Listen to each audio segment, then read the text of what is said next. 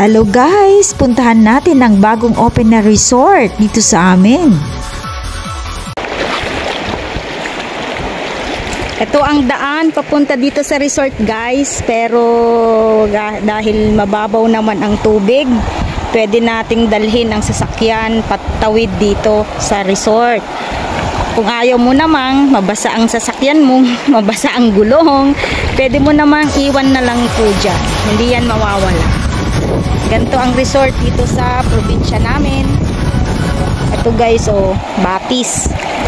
Tatawid dito sa ilog na hanggang ano lang naman siya guys, punta talampakan lang naman siya.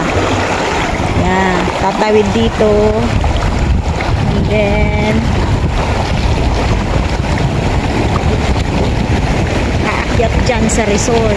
Napakasimple pa lang ang resort guys, pero napakaganda ang ambience.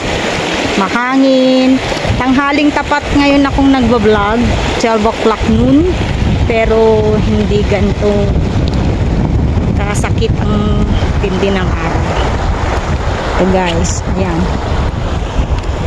Bali, first time ko pumunta dito sa resort ngayon guys, at nagustuhan ko talaga ang ambience. Natutuwa ako. Gustong gusto ko kasi parang nandito kami sa gitna ng bundok. Napapaligiran kami ng mga bundok.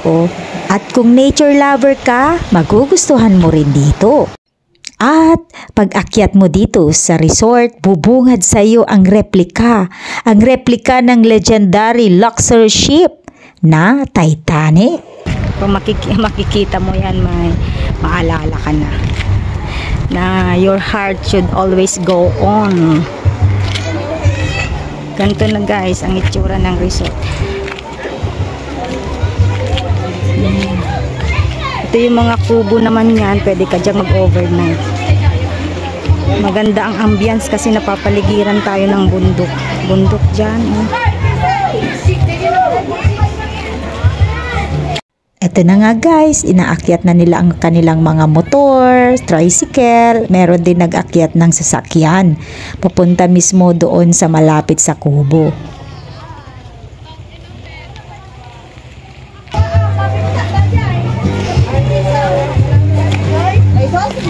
Itong replika ng Titanic na ito ay gawa ito sa semento. Napakaganda niya guys.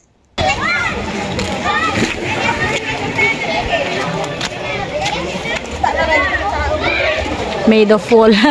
Semento po yan, semento.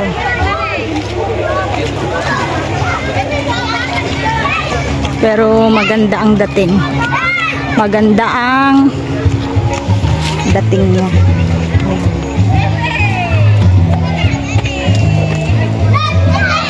Ganito po ang itsura ng resort dito sa malayuan, sa taas.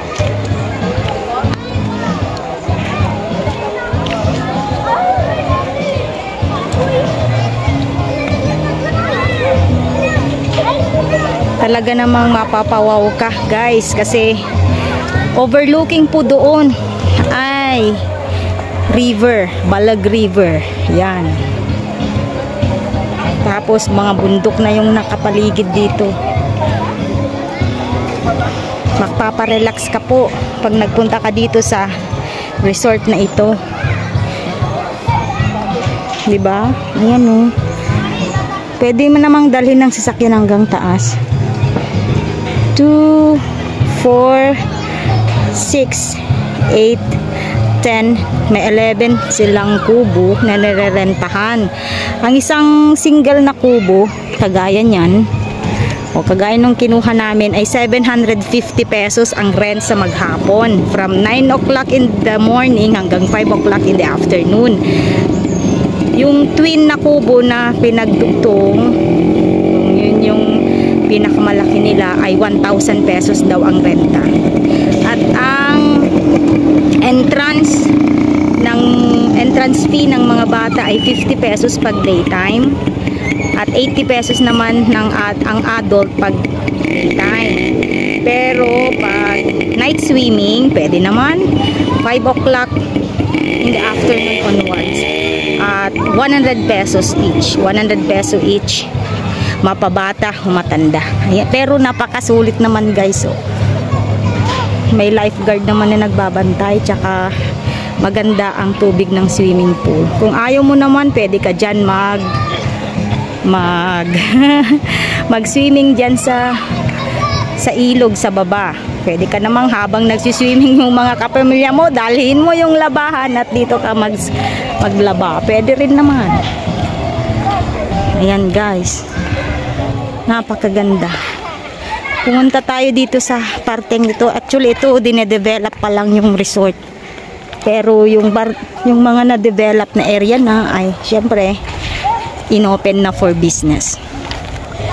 Itong sa taas ng Titanic, ito ang makikita mo pa dito. Talaga namang dinedevelop pa lang po.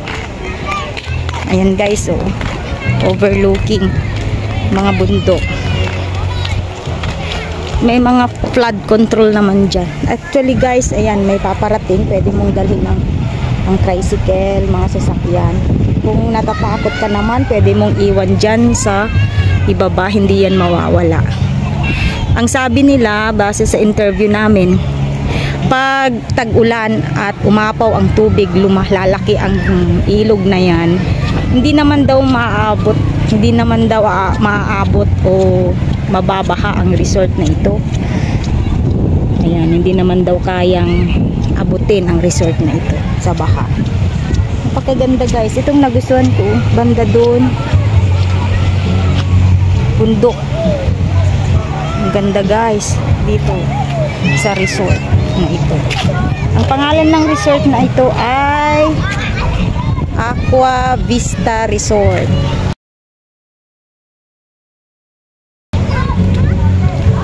Located at Malango, Sitio Malango, Barangay San Isidro, Lagangilang, probinsya ng Abra. Ito guys, pumunta lang po kayo dito. Sulit naman. Mabait naman ang mga staff dito. May mga video okay rin kung gusto mo magbenta.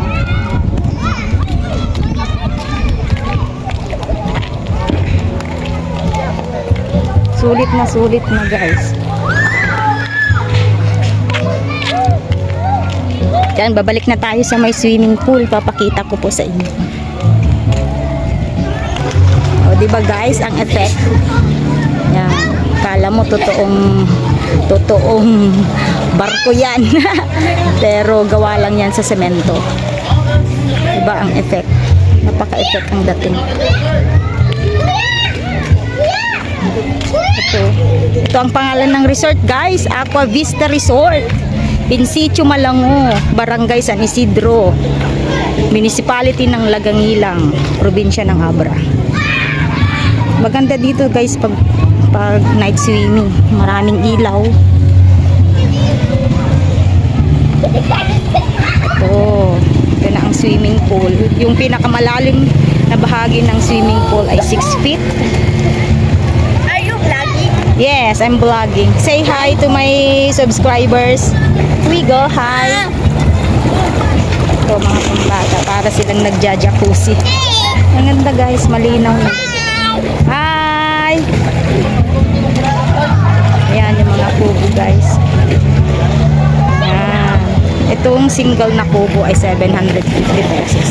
Yung twin na kubo na yan ay 1,000 pesos ang rent ng maghapon. Dito ako napaka-fascinate guys. Ang halaman ganda.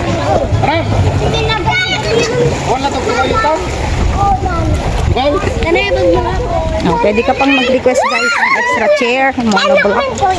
Ito yung shower room nila. Ang ganda. Nakaka-relax. Pag gabi ito, nila lights on. Mo naman ng tubig guys.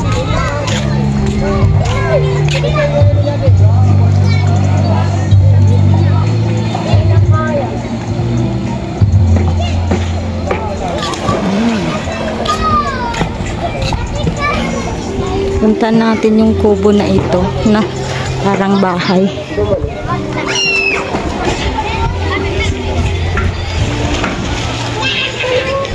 Ito. Ayan, pwede ka dyan. Attic house. Itong attic house. Ganda guys, napakaganda.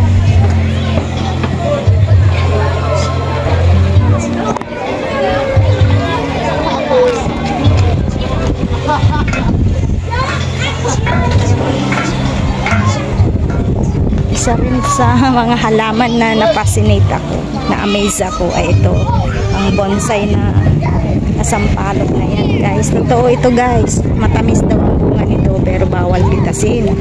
Pag binatas mo yan, ang mangyayari sa iyo ay ganito. May minus 100 ka sa langit pag pumitas ka. O, di ba? May minus 100 ka sa langit pag pumitas ka. Gusto mo bang pumunta ng langit? Kaya wag mo na lang pitasin.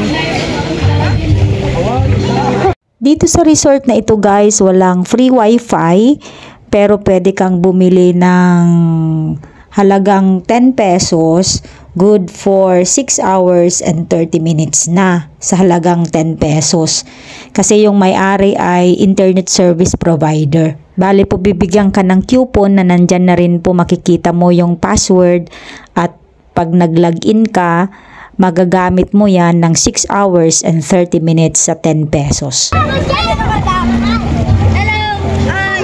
Hi, I'm vlogging. Hello, Merry Christmas. Merry Christmas everyone. It's Christmas time. It's December 25, 2024. It's Christmas time. Naragsak nga Paskwayo amin gagayem. Tara at silipin naman po natin kung anong meron sa likod ng resort. At ayan, mga bukirin mga kaibigan, pero natuyo na. Ito naman ang worth 750 na single kubo na nirentahan namin.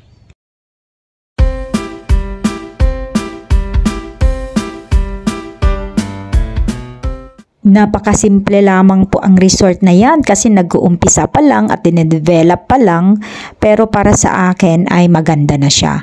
Considering na nandito kami sa probinsya, outskirt ng Cordillera Administrative Region, dito sa, actually sitio lang yan, baryo lang to nakalocate, pero ang ganda ng idea sa pag-develop. Kaya recommendable para sa akin ang resort na ito. Mula po sa Bangged, ang kapital ng Abra, lalakbuin mo lamang po ng 20 minutes papunta dito sa resort na ito na matatagpuan sa Barangay San Isidro, Lagangilang, Abra. Napakasulit naman po ang pagpunta dito, considering yung price rate nila ay sulit na rin. Pagdating naman po sa safety at seguridad ng lugar ay wala pong problema ang area dahil payapa at tahimik po ang lugar. Wala po kayong ipag-alala dahil tahimik po ang lugar na ito.